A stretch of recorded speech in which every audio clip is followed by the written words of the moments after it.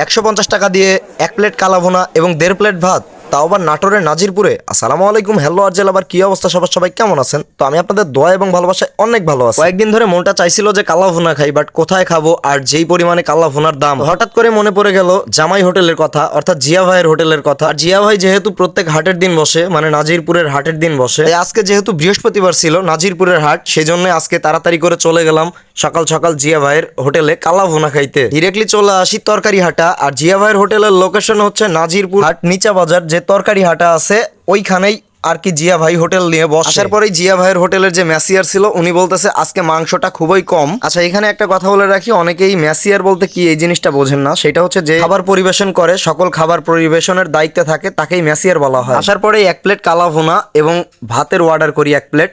দেন দেখতেই পাচ্ছেন মাংসটা কত সফট। আজকে শরীরটা একটু বেশিই খারাপ, যার কারণে ভয়েসটা একটু এদিক ওদিক হইতে পারে। যদি কোনো সমস্যা হয় আপনারা একটু অ্যাডজাস্ট করে নেবেন। আচ্ছা, এখন মূল ব্লগে ফিরে আসি। আমি যখন খাবারে প্রথম বাইটটা দিলাম তখন মনে হইলো যে হ্যাঁ, এটা কালাভুনা না। আসলে সত্যি কথা, এটা কালাভুনা না। কারণ হচ্ছে এটা গরুর মাংস।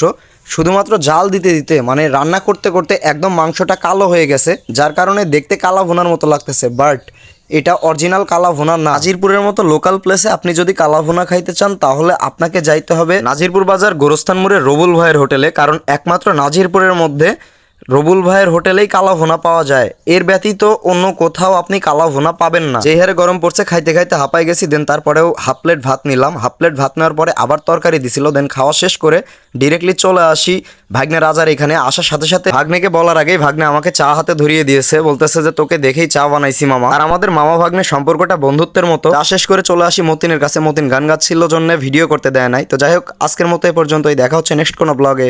সবাই ভালো থাকবেন, সুস্থ থাকবেন। আল্লাহ হাফেজ।